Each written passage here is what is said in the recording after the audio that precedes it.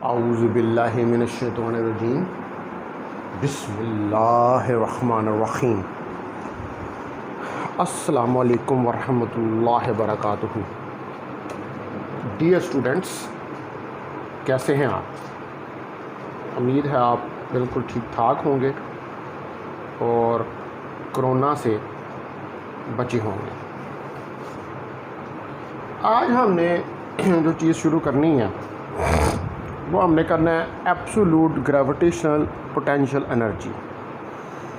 अभी तक हमने जो कुछ स्टडी किया है वो हमने क्या किया है, कांस्टेंट ग्रेविटेशनल फोर्स के बारे में हमने स्टडी किया है। Up to now we have discuss about constant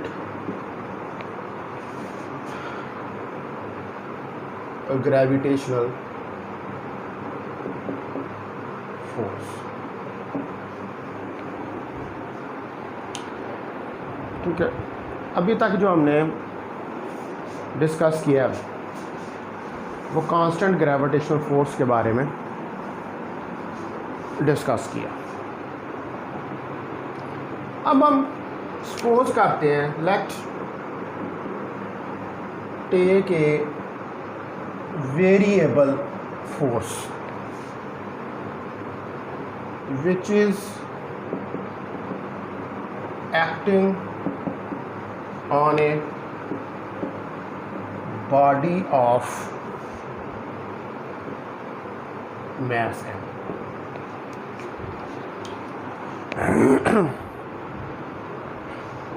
जो एक बॉडी ऑफ मास m के ऊपर एक्ट कर रही है। हमें यहाँ पर मुझे एक फिगर जो है वो बनानी पड़ेगी इसको समझने के लिए।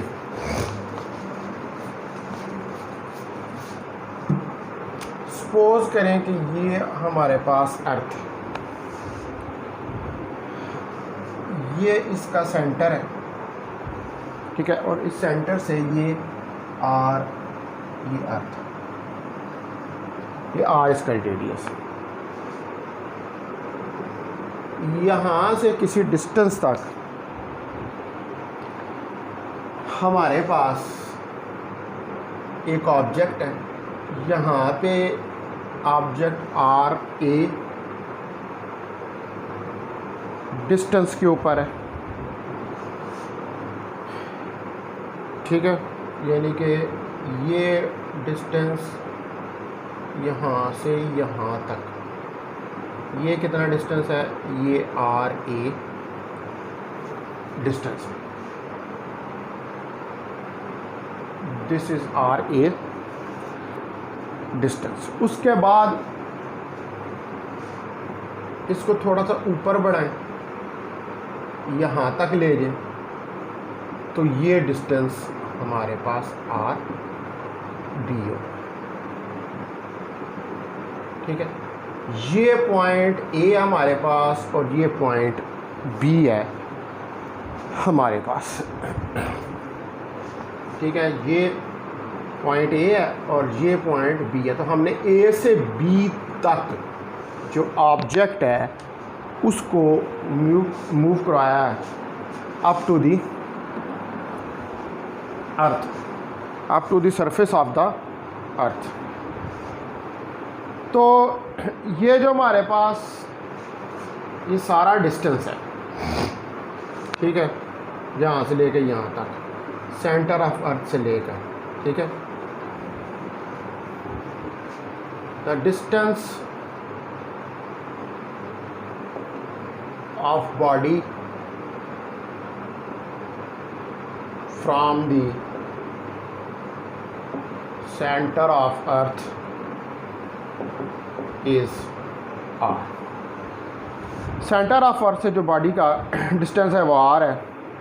आर कैपिटल जो है ये रेडियस ऑफ अर्थ, ठीक है, और ऑब्जेक्ट जो है ये डिस्प्लेस होता है from point A to B. The object is displaced, इसको मूव कराते हैं हम from point A to B. ठीक है, यहाँ इस पॉइंट ए से बी तक इस ऑब्जेक्ट को हम डिस्प्लेस करते हैं। तो ज़ाहिर बात है, आप जब ऑब्जेक्ट को आप डिस्प्लेस करेंगे तो क्या करना पड़ेगा, इसके ऊपर वर्क डन जो है वो आपको करना पड़ेगा। तो वर्क डन क्या करेगा, वो इसकी ऑब्जेक्ट की पोजीशन को चेंज करेगा। The work is done on the object and it changes the position of object.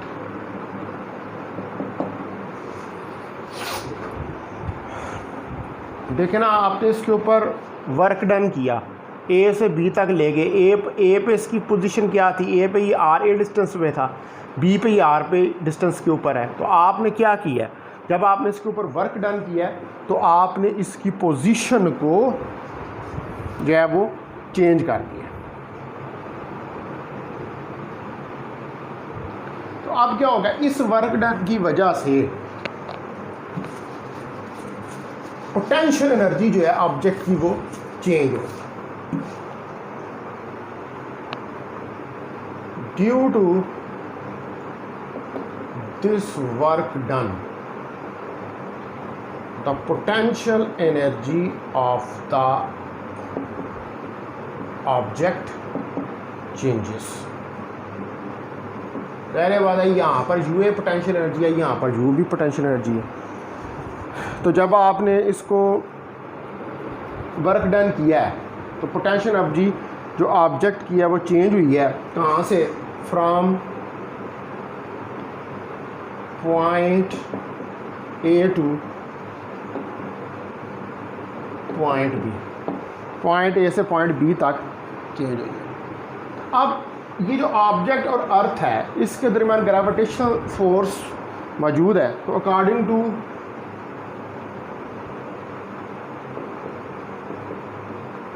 Universal gravitational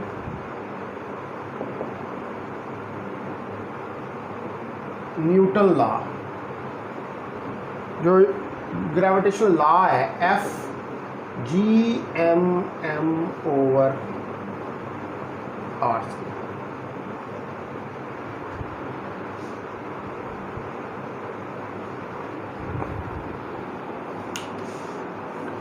ये मेरे पास जो है वो इक्वेशन आ जाएगी। न्यूटन का यूनिवर्सल ग्रेविटेशनल लॉ, ये मेरे पास क्वेश्चन नंबर 1 आ गई। अब यहाँ पर कैपिटल एम क्या है,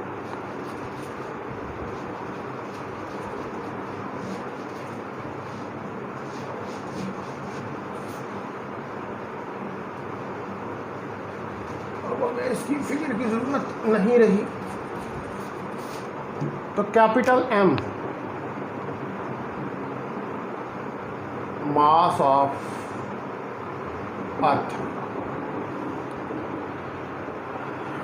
अब जो वर्क डन है, the work done from point A to B. अब जो वर्क डन हो रहा है पॉइंट ए से बी की तरफ, वो कितना होगा, W A B F delta R. ये हमारे पास जो है ये वर्क डन हो रहा है। और अगर मैं इसको ओपन करूं तो W A B F delta R cos of theta और थीटा 180 क्योंकि ग्रेविटेशनल फोर्स और delta R, F and delta R in opposite direction.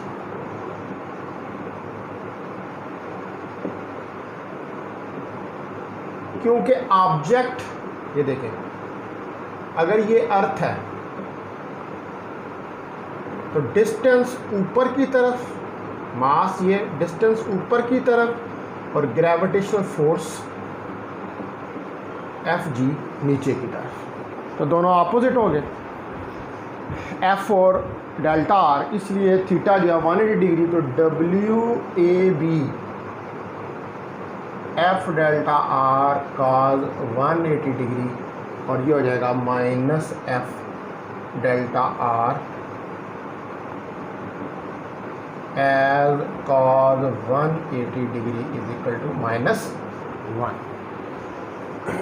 cos 180 degree जो है वो -1 के बराबर होता है। तो ये हमारे पास जो है WAB minus F delta R, ये इक्वेशन नंबर 2 हमारे पास जो है वो आ गई। ठीक है, अब हमने ये जो इक्वेशन 1 और 2 है, इनको हमने सॉल्व करना है। आप देखें कि लेक्चर नंबर 29 है हमारा, मैकेनिक्स 2 है और ग्रेविटेशन सीरीज 4।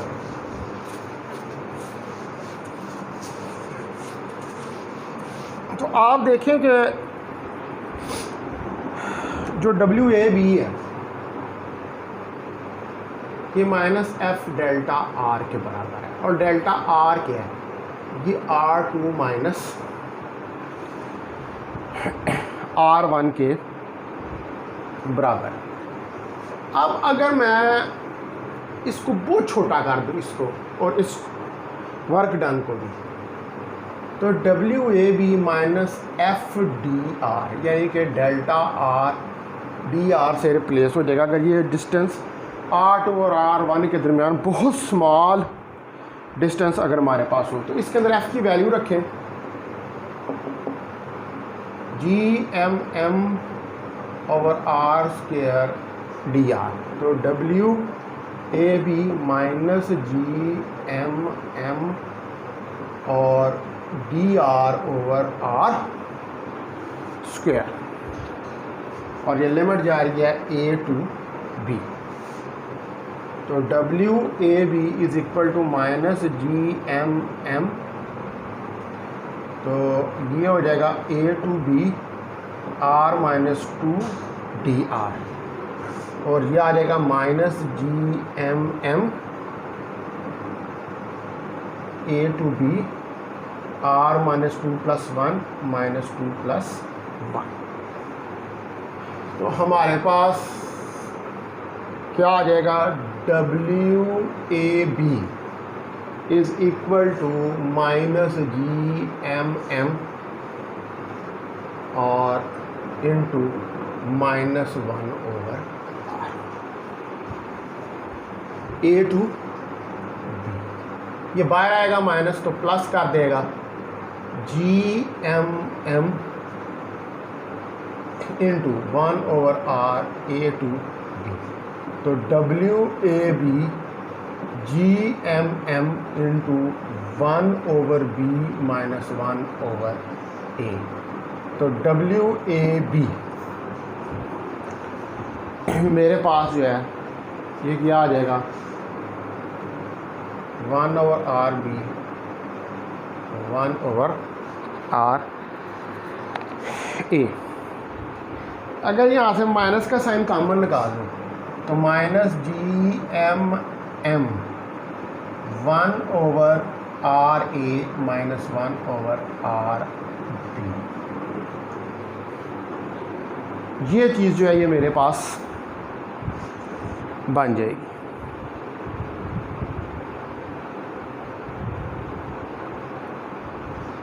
ठीक है, तो बल्कि अभी आप एक मिनट, ये माइनस साइन जो है इसको अभी ना निकालें, आप उसको यूँ ही रहने दें। अभी देखें, जो डेल्टा U है वो माइनस WAB के बराबर होता है, यानी कि change of potential energy negative of work done के बराबर होती है।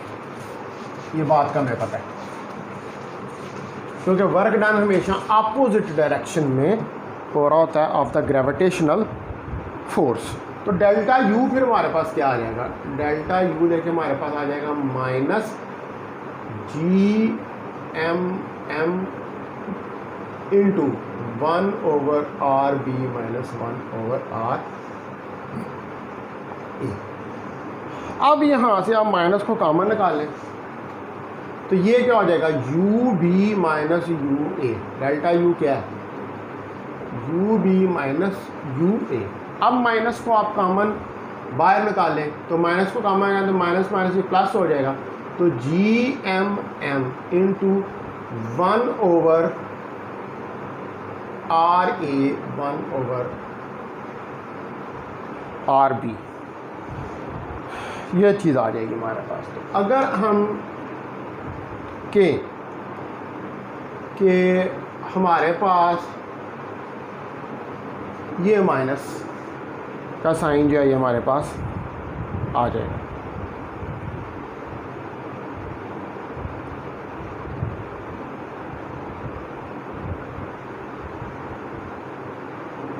ठीक है, सॉरी ये माइनस जो है, ये तो माइनस आपने यहाँ से कॉमन निकाल लिया ना, तो ये तो ख़त्म हो जाएगा, ये तो ख़त्म हो जाएगा। यानी कि U B minus U A मेरे पास G M M over into 1/R A minus 1/R B. ये तो अगर मैं कहूँ कि ए इन्फिनिट के ऊपर है तो आर ए क्या हो जाएगा, फिर ज़ीरो हो जाएगा। ठीक है, आर ए जो है अगर ए इन्फिनिट के ऊपर है, ठीक है, अगर ए हमारे पास इन्फिनिट के ऊपर है तो यू ए इन्फिनिटी के ऊपर क्या हो जाएगी, यू ए इन्फिनिटी के ऊपर ज़ीरो हो जाएगी और आर ए भी हमारे पास इन्फिनिटी हो जाएगा। तो U B minus zero G M M into 1/infinity 1/RB। तो ये तो हो गया ज़ीरो। तो यू बी मेरे पास minus G M M over R B. यहाँ आप कह रहे हैं कि u is equal to minus G M M over are.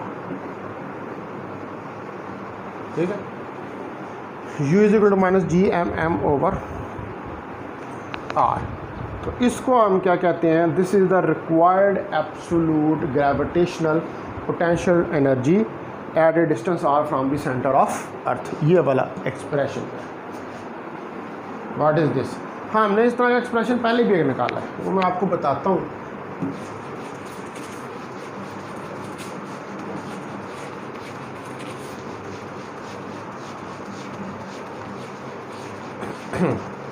देखें आपके हमारे पास क्या निकला है, हमारे पास निकला है कि u जो है that is equal to minus G M M over R. ये क्या है, the absolute gravitational potential distance at a distance R from the centre of अर्थ। ये सेंटर ऑफ अर्थ। अच्छा, हमने यहाँ एक पहले भी निकाला हुआ था, वो क्या निकाला था, u माइनस जी एम 1 एम 2 ओवर आर। इसमें और इसमें क्या फ़र्क है, सिर्फ इतना फ़र्क है कि वहाँ पर हमने दो मास ले लिए थे m1 और m2। यहाँ पर हमारे पास मास क्या है, एक मास m है जो अर्थ का है और एक ऑब्जेक्ट का मास है। बाकी ये दोनों एक्सप्रेशन जो हैं वो सेम है। तो चूँकि हमें इस बात का पता है कि ग्रेविटेशनल फोर्स जो है, ठीक है, जो ग्रेविटेशनल फोर्स है is a conservative force and it is also attractive force। ठीक है, तो ये क्या करती है, it attracts all objects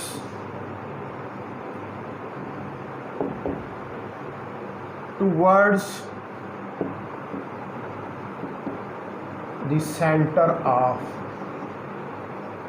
अर्थ, ये तमाम ऑब्जेक्ट्स को सेंटर ऑफ अर्थ की तरफ जो है वो अट्रैक्ट करती है।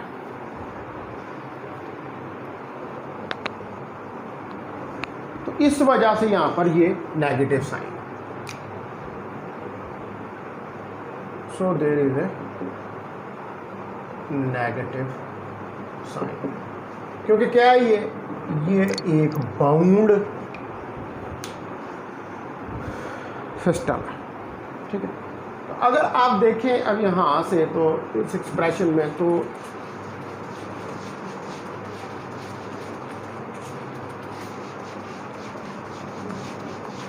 हमें ये बात क्लियर नज़र आ रही है कि यू जो है वो 1/r से वेरी कर रहा है, यानी कि पोटेंशियल एनर्जी जो सेंटर ऑफ अर्थ से डिस्टेंस है उससे 1/r से वेरी कर रही है। तो अगर r बढ़ेगा, इंक्रीज करेगा, तो u कम होगा, डिक्रीज होगा, और अगर r डिक्रीज होगा तो u इंक्रीज होगा। ये आप देख सकते हैं कि इनके दरमियान जो है वो इनवर्स का रिलेशन है। अच्छा, अब हमें एक और पता है रिलेशन का कि f जो होता है वो -du/dr के बराबर होता है। ये भी मैंने आपको रिलेशन जो है वो ड्राइव कराया था, जहाँ पर f की जगह पर मैंने इसको लिखा हुआ था dr, ये वाला रिलेशन हमने ड्राइव किया। तो f relation between u and e, या relation between force and u। तो e का फील्ड भी क्या होती है, वो फोर्स ही होती है।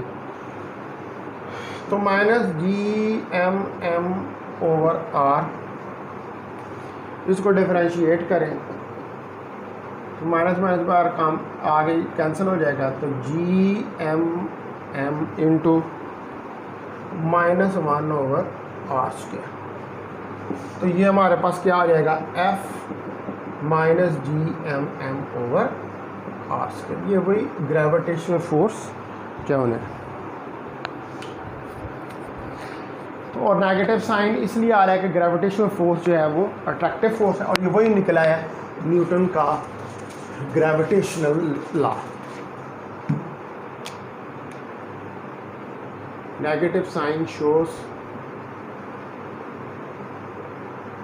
That gravitational force is a attractive force। यही शो कर रहा है कि ग्रेविटेशनल फोर्स जो है वो एक अट्रैक्टिव फोर्स है।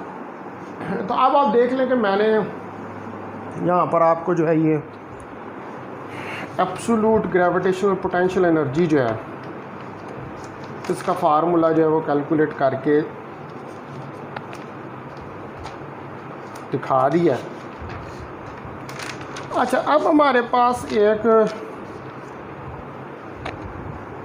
छोटा सा फार्मूला रह गया जो ये ग्रेविटेशनल पोटेंशियल एनर्जी से रिलेटेड है।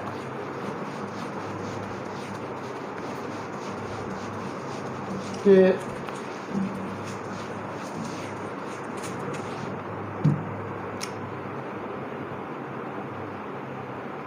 prove that gravitational potential energy U is equal to mgh। इसको हमने प्रूव करना है। तो सपोज करें कि ये हमारे पास अर्थ है ये इसका रेडियस आर है हमारे पास, यहाँ पे एक मास m इसकी सरफेस के ऊपर पड़ा हुआ है, इस मास m को हम यहाँ से उठाते हैं और इस हाइट h के ऊपर ले जाते हैं। तो इसकी u initial minus G M M over R है और u फाइनल इसकी minus G M M R plus H. ये r और h जो है ये आपस में एक दूसरे में जो है वो जमा हो जाएगी, ठीक है। तो U F minus G M M over R plus H. तो डेल्टा यू आपके पास हो जाएगा U F minus U I.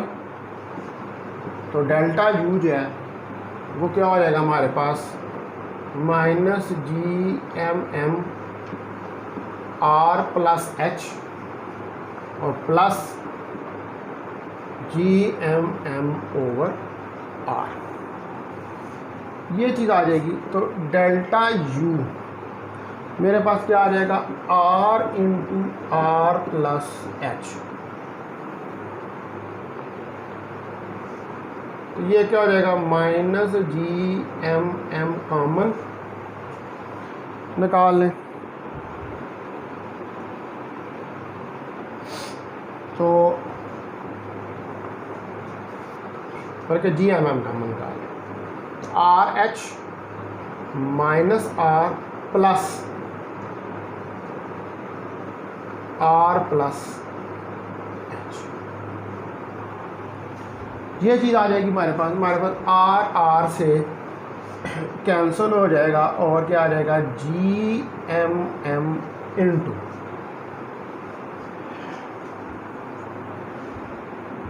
तो जी एम एम इंटू हमारे पास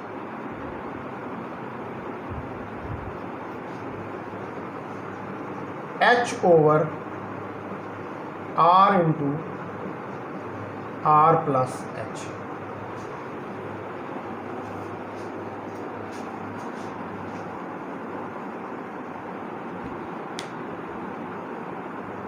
ये चीज़ जो है हमारे पास बन जाएगी, ठीक है। Delta U G M M और जी एम एम को हमने जो है वो कॉमन निकाल लिया था। अच्छा, अभी आप हम इसको फर्दर सॉल्व करते हैं कि ये हमारे पास किस तरह आएगा। अच्छा, तो आप देखें कि हमारे पास ये डेल्टा यू जो है वो जी एम एम और H R into R plus H के बराबर जो है वो आ गया। अब हमने इसको फर्दर सॉल्व करना है, इसको सॉल्व करके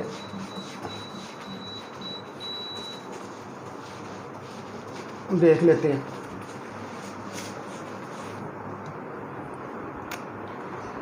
तो ये क्या हो गया डेल्टा यू, आप देखें कि G M M H R into R plus H, ये आ गया। तो अगर मैं इसको आर से मल्टीप्लाई और आर से डिवाइड कर दूँ, ठीक है, आर से ही मल्टीप्लाई और आर से ही डिवाइड कर दूँ। यहाँ एक और चीज़ देखिए आप, हमें एक एक्सप्रेशन का पता है कि जी जो ग्रेविटी होती है वो G M over R square के बराबर होती है। तो G R square is equal to G M, ये इसके अंदर पुट कर दें, ये क्या आ जाएगा G R square, G M की जगह पर M H R into R plus H, ये चीज़ हमारे पास आ जाएगी। तो आर एक दफ़ा आर से कैंसिल हो जाएगा, तो डेल्टा यू हमारे पास G M H R plus H के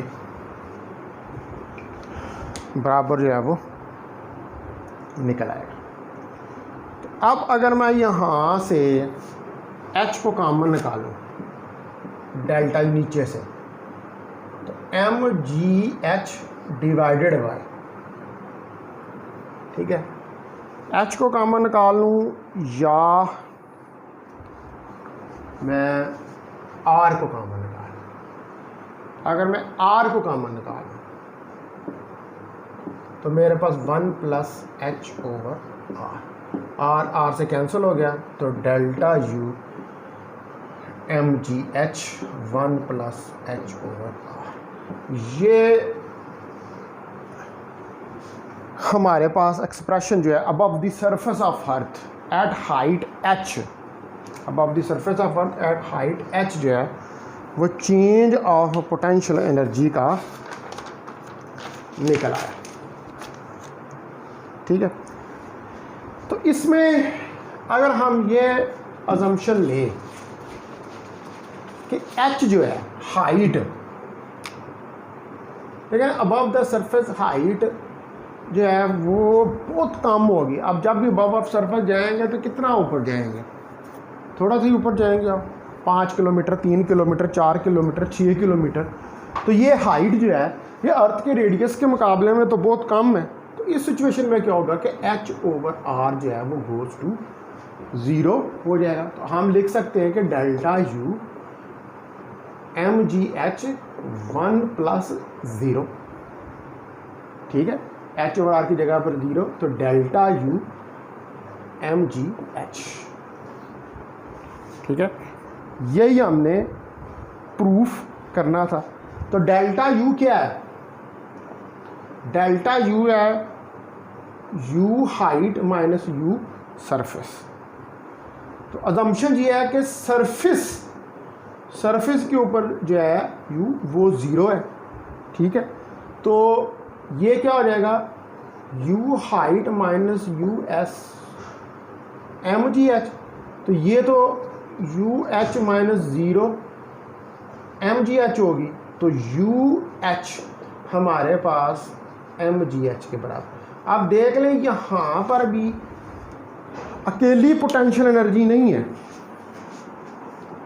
यहाँ पर भी अकेली पोटेंशियल एनर्जी नहीं है, डिफरेंस ऑफ पोटेंशियल एनर्जी जो है उसको हमने कैलकुलेट कर किया है। तो आप एक बार याद रखें कि फिज़िक्स के अंदर किसी भी जगह पर जो है वो इस चीज़ का कोई कंसेप्ट नहीं है कि कोई पोटेंशियल एनर्जी अकेले से मौजूद होती है। अगर आप निकालेंगे तो उसका चेंज निकाल लेंगे, कोई रेफरेंस पॉइंट लेंगे, वहाँ से ऑब्जेक्ट को मूव करवाएंगे और उससे फिर पोटेंशियल एनर्जी को आप कंपेयर करेंगे, ठीक है। तो तब आपके पास जो है वो चेंज ऑफ पोटेंशियल एनर्जी निकलेगी। खाली अकेली किसी एक पॉइंट के ऊपर पोटेंशियल एनर्जी हम नहीं निकाल सकते।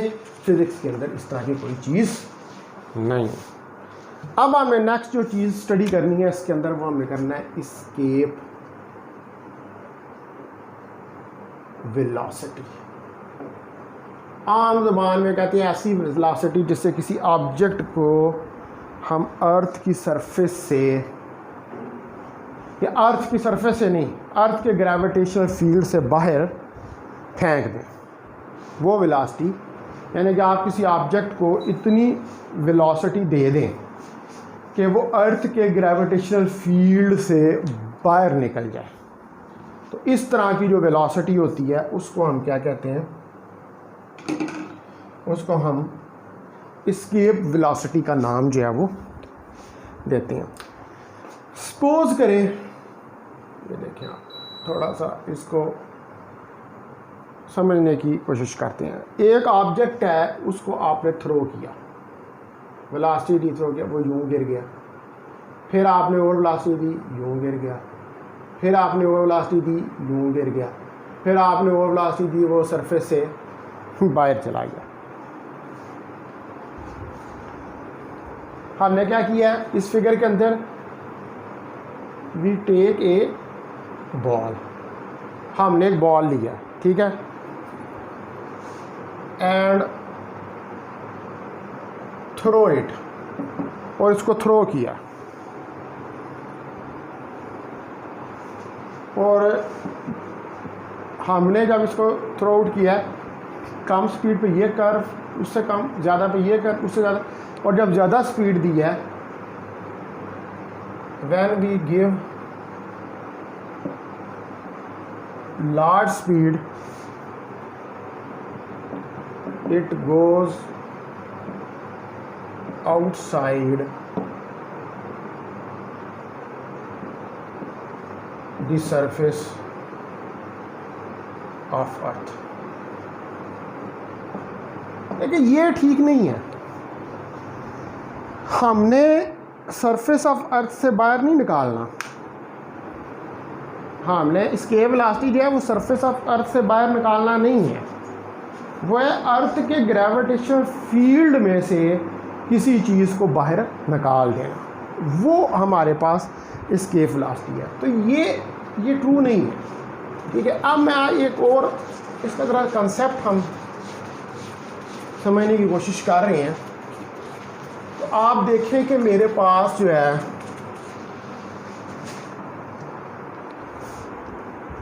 अर्थ है, ये अर्थ है, ये इसका सेंटर है, यहाँ पर एक बंदा है, ठीक है, और ये बंदा जो है ये बाल को थ्रो करता है। ये पहले बाल को थ्रो करता है तो कुछ इस तरह का पाथ हमारे पास बन जाता है, हम कहते हैं ये पाथ 1, ठीक है।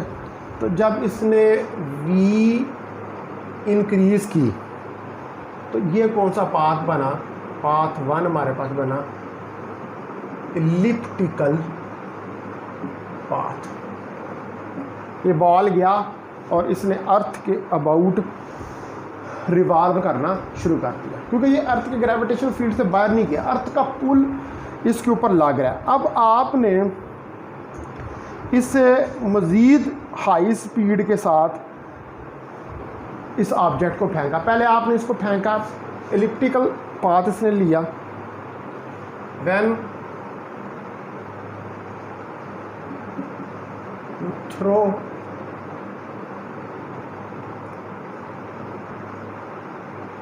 when you throw the ball at high speed, जब आपने बॉल जो है उसको हाई स्पीड के ऊपर थ्रो किया है तो the ball move around the earth in elliptical path. Elliptical path कैसा होता है, ये देखिए, ये एलिप्टिकल पाथ होता है, ये उसके 2 सेंटर होते हैं, ठीक है। लेकिन ये स्केप नहीं होता, इट डज नॉट स्केप। अब हम इसकी थोड़ी सी स्पीड और जो है वो बढ़ाते हैं, ठीक है। ये तो 2 हो गया पॉइंट। अब इसकी स्पीड हम थोड़ी सी और इंक्रीज़ करते हैं, ठीक है। ये मैं ज़रा इसकी फिगर दोबारा सेंटर पे बनाता हूँ। देखिए ये अर्थ है, ये इसका पहला पाथ था। अब हमने इसकी स्पीड जो है वो और इंक्रीज की। ये यहाँ पे बंदा था हमारे पास, ये जिसने बॉल फेंका। अब और स्पीड इसकी हमने इंक्रीज़ की तो हमारे पास जो सेकंड पाथ है वो कुछ इस तरह का, ये पाथ 1 था, ये पाथ सेकंड है। तो नंबर 2 क्या है, you increased more speed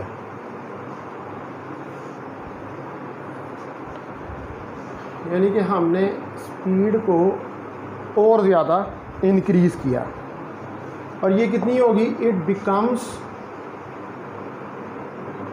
v is equal to G R under root that is equal to 8 kilometre पर सेकेंड।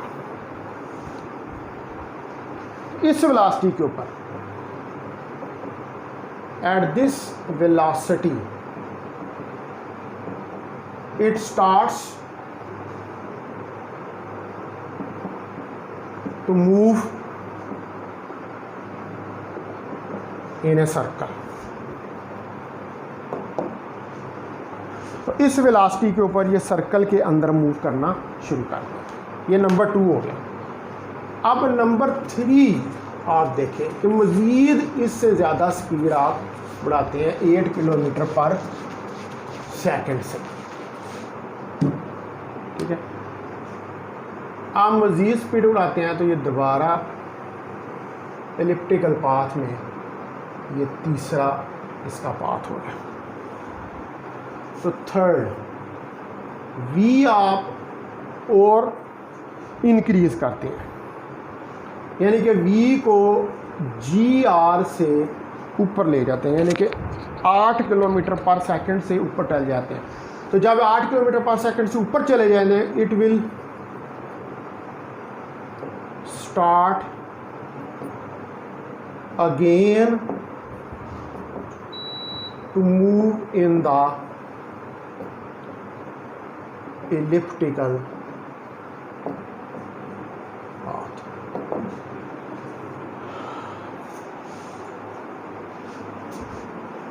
तो ये दोबारा जो है ये क्या करेगा, ये एलिप्टिकल पाथ में मूव करना शुरू कर देगा। अब हम मज़ीद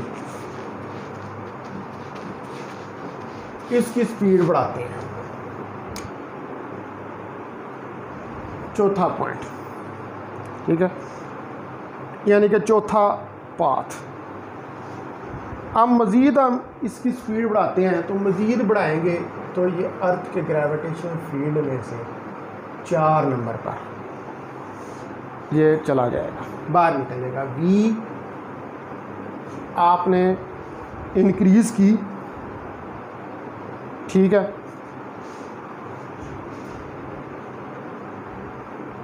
v is increased up to 11.2 kilometre पर second, up to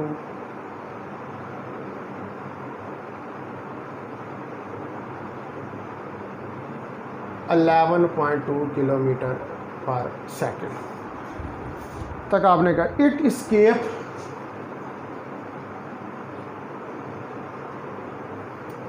from the field of earth. अब ये देखें चौथे के अंदर ये फील्ड ऑफ अर्थ से बाहर की तरफ जो है वो निकल जाएगा।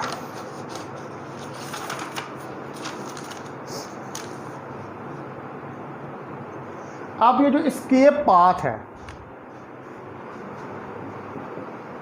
The escape path of the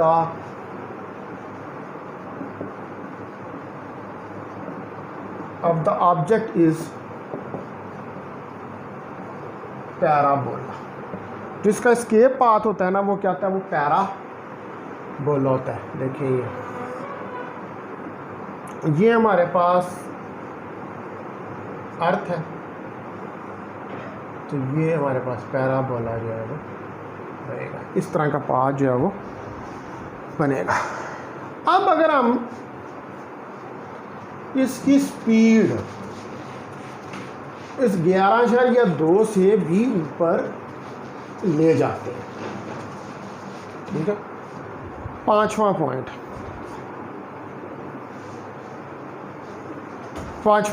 अगर हम स्पीड जो है इसको if you take v greater than 2gr under root, यानी कि इक्वल टू 11.2 किलोमीटर पर सेकंड। अगर इससे भी आप ऊपर स्पीड को ले जाते हैं, now the path of escape will become, now the path of escape will become hyperbola, will become hyperbola. तो जो पाथ ऑफ एस्केप हो जाएगा वो क्या हो जाएगा, वो हाइपरबोला बन जाएगा। अब देखें ना, ये अगर अर्थ है, ठीक है, तो ये इस तरह का पाथ, ये पाथ जो होता है इसको हम क्या कहते हैं, हाइपरबोला। तो अब आप देखें कि हमने जो है ये 5 पाथ इसके अंदर डिस्कस किए, ठीक है। तो उन पहले 3 पाथ जो थे वो अट्रैक्टिव थे, उसके अंदर बाल जो है वो अर्थ के सरफेस में से बाहर नहीं गया। पाथ 1, 2, 3 इनकी एनर्जी क्या होगी, नेगेटिव, क्योंकि ये बाउंड सिस्टम है। ये क्या है, ये बाउंड सिस्टम है।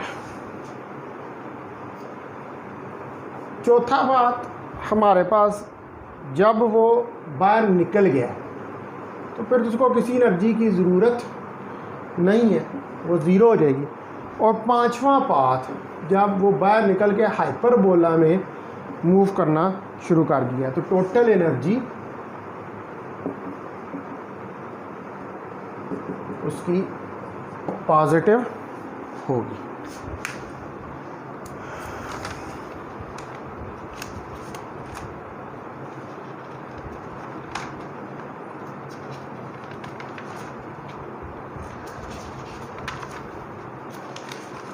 ठीक है डियर स्टूडेंट्स, तो ये मैंने अब आपको आज यहीं पर लेक्चर को एंड करते हैं। तो ये मैंने जो है यहाँ पर आपको जो है वो एस्केप वेलोसिटी का थोड़ा सा फ्लेवर जो है वो दिया है। अब नेक्स्ट हमने क्या करना है कि नेक्स्ट हमने अब इसका डेरिवेशन देखनी है। लेक्चर नंबर 30 में हम एस्केप वेलोसिटी की डेरिवेशन देखेंगे और उसके बाद कुछ एग्जांपल्स जो इससे रिलेटेड हैं उनको करेंगे, ठीक है। फिर हम जाएंगे मोशन ऑफ सैटेलाइट्स के ऊपर, केपलर्स लॉ पढ़ेंगे और फिर आपका चैप्टर जो है ये एंड हो जाएगा। मैं ज़रा इसको डिटेल में पढ़ा रहा हूँ, आपके तमाम आस्पेक्ट्स जो हैं उनको कवर कर रहा हूँ, ठीक है। मतलब सारी चीज़ें जो हैं उनको कवर कर रहा हूँ, साथ एग्जांपल्स भी दे रहा हूँ ताकि आप अच्छी तरह इसको समझ सकें। कल कुछ स्टूडेंट्स मुझे कह रहे थे कि हमें फिगर्स नहीं क्लियर नज़र आती थी कि बेटा फिगर क्लियर करने का तो ये है कि आप यहाँ तो फुल स्क्रीन पे देखें मोबाइल की छोटी स्क्रीन पे देखेंगे तो आपको नज़र नहीं आएगा, या मोबाइल की भी स्क्रीन जो है उसको फुल कर लें या इसको लैपटॉप के ऊपर लेक्चर को सुना करें। सबसे बेहतर तो ये है कि आप लेक्चर जो है उसको लैपटॉप के ऊपर सुना करें, क्योंकि मैं भी जब कोई लेक्चर सुनता हूँ तो मैं मोबाइल पे नहीं सुनता, मैं लेक्चर जो है वो लैपटॉप पे सुनता हूँ। उस पर फिगर बड़ी हो जाती है और नुमायाँ हो जाती है और चीज़ें जो हैं वो क्लियरली नज़र आती हैं। तो अपना ख्याल रखें। अस्सलाम वालेकुम वरहमतुल्लाहि वबरकातुहू।